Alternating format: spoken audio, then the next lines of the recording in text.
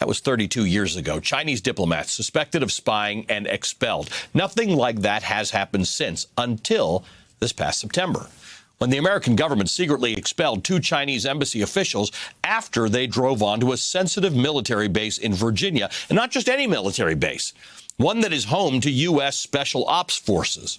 The diplomats, including one man suspected of being a Chinese intelligence officer, evaded military personnel who were in pursuit. The Chinese diplomats were only apprehended after fire trucks physically blocked their car. The episode raised concerns that China is expanding its spying efforts in the U.S. and that Chinese diplomats, quote, have become bolder about showing up unannounced at research or government facilities. Now, that can't help but ring a bell with recent events at the president's home in Florida. In March, when a Chinese national just showed up at Mar-a-Lago and talked her way inside by saying she wanted to use the pool.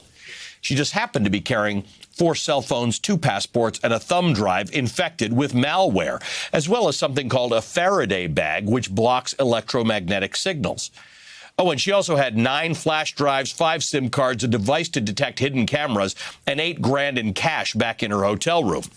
She was convicted of trespassing and lying to federal agents. Last month, a judge ordered her back to China. And then, just the other day, it happened again. Another Chinese national showing up at Mar-a-Lago under suspicious circumstances. She, too, was arrested at Mar-a-Lago for trespassing after being turned away by security. The woman snuck through a service entrance and started taking pictures. She eventually fled on foot.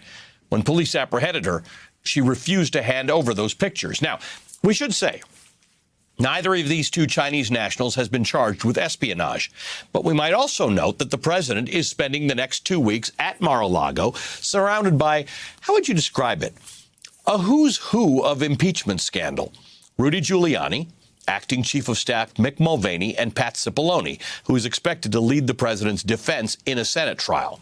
More members of Trump's impeachment team are expected at Mar-a-Lago in the coming days to keep the president up to date on the potential Senate impeachment trial.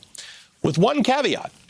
At Mar-a-Lago, aides say, quote, there is less control over who gets FaceTime with the president and who might be able to whisper an idea in his ear. So who knows who'll be whispering in Trump's ear this Christmas? The usual suspects, all the president's men, or just an enterprising someone taking their chances at Mar-a-Lago. Hey there, I'm Chris Hayes from MSNBC. Thanks for watching MSNBC on YouTube. If you want to keep up to date with the videos we're putting out, you can click subscribe just below me or click over on this list to see lots of other great videos.